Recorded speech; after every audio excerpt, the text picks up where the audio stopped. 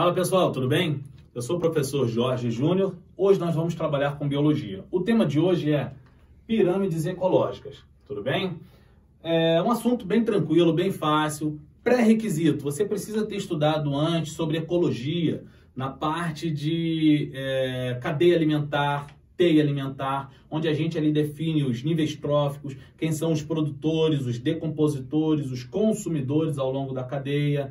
Lembra aí, os consumidores é o primeiro nível trófico, desculpa, os produtores é o primeiro nível trófico. Depois você tem os consumidores primários, que são os herbívoros secundários, que se alimentam dos primários, assim vai até acontecer lá na ciclagem de matéria com os decompositores. Lembra disso, hein? Precisa de uma ajudinha? Procura um vídeo legal, a gente deve ter alguma coisa aqui no canal, se não tiver, tem muita coisa aí na internet, seu livro da escola, pesquisa alguma coisa, bem bacana esse assunto, e é bem tranquilo, bem fácil também. A pirâmide ecológica que a gente vai trabalhar em primeiro aqui é a pirâmide ecológica de número, ok? Nesse tipo de pirâmide ecológica, o que importa pra gente é a quantidade de indivíduos. Não importa pra gente a quantidade de energia que ele produz, ou o peso dele, né, a massa dele, não importa nada disso. O que importa são a quantidade de indivíduos. Aqui nós temos um exemplo. O primeiro nível trófico aqui, o primeiro degrau de população que a gente tem, são as gramíneas. São gramíneas. A gente pode colocar aqui, por exemplo, 100 indivíduos por metro quadrado, ou mais. Isso aqui é só um exemplo, tá ok? O segundo nível trófico aqui em cima, nós temos as capivaras. Você precisa de ter muita grama para conseguir alimentar algumas capivaras. Então vamos pensar aqui que a gente tem que ter aqui duas capivaras, tá bom? Então olha só, 100 gramíneas, 100 unidades, a gente pode falar em qualquer quantidade aí, mas um número simbólico, 100 para alimentar um outro número simbólico de duas capivaras para alimentar uma onça.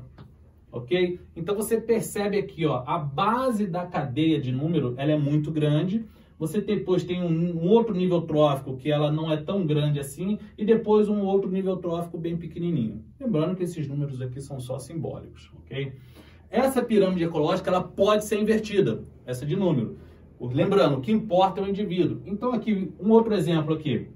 Nós temos a pirâmide ecológica. Essas letrinhas dentro é só uma colinha para me ajudar a lembrar quais são as populações, tá? A base da pirâmide ecológica invertida aqui no caso, que a gente chama, a primeira aqui, nós temos uma árvore aqui. Você tem uma árvore para acomodar um montão de besouros.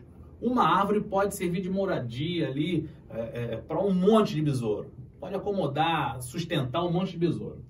Aqui, o nível trófico seguinte, depois do besouro, a gente pode colocar pássaros. Alguns pássaros vão se alimentar desses besouros. Então, olha só, uma árvore, um montão de besouro para alguns pássaros. Você pode ver aqui, ó, a de cima, ela está aqui, ó, sempre decrescente, da base para cima, diminuindo. Essa daqui, ó, tá a base, pouquinho número, de repente um montão e volta a diminuir de novo.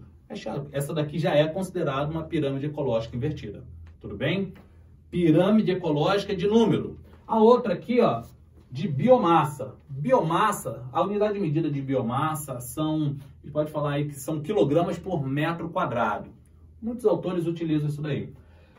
Ela geralmente é parecida com a pirâmide ecológica de números. Então você tem aqui, ó, na base da pirâmide ecológica de biomassa, a gente tem de novo gramíneas, a gente tem aqui número de gafanhotos e a gente tem a parte de cima pássaros.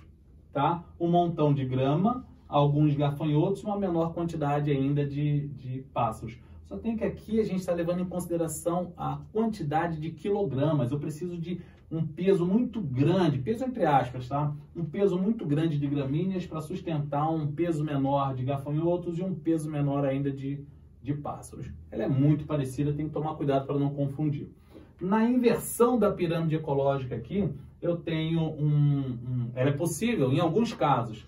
Nós temos aqui o fitoplâncton, eu preciso de uma baixa quantidade de quilogramas de fitoplâncton. Por que eu preciso de pouco dele? Porque ele é altamente energético, ele pode realizar fotossíntese, ele realiza fotossíntese, então ele tem muita energia.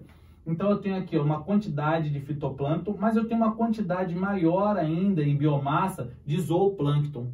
Isso é quase uma anomalia ecológica. A reprodução dele é muito rápida, por isso ele pode ser menor do que aquele que se alimenta dele, né? Então isso aqui é raro na ecologia. E uma quantidade menor ainda de peixes, uma biomassa menor de peixes. Então essa daqui, ó, tá até dentro de uma normalidade intuitiva. Agora o fitoplâncton não, ok? É uma das poucas pirâmides ecológicas que pode ser invertida quando o exemplo é biomassa. E a gente tem uma outra aqui, ó, chamada de energia. Como que funciona? Quais são os exemplos que eu dei aqui? Você tem aqui uma base grande, como por exemplo aqui cenouras, você tem uma quantidade de cenouras, uma quantidade de coelhos aqui, uma quantidade de biomassa e de energia, e uma quantidade menor ainda de gavião. Então você tem uma quantidade grande de energia para sustentar, no caso das cenouras, fotossintetizantes, né, é um vegetal, uma quantidade menor de coelhos e uma quantidade menor ainda de gaviões. A energia ela é um problema dentro da ecologia, porque essa pirâmide é a única que não pode ser invertida. Ela não pode ser invertida. Se cair uma questão assim, ó, eu dei um exemplo de uma pirâmide ecológica de energia invertida. É uma pegadinha, preste bastante atenção. Você nunca pode passar mais energia para o nível trófico seguinte do que o que você tem. Lembra da ecologia? Lembra da cadeia alimentar? Só 10% de energia de cada nível trófico passa para o seguinte. É isso aí, pessoal. Obrigado pela atenção aí. Volte quando quiser. Entre em contato para esclarecer as dúvidas. Estamos à disposição. Um abração.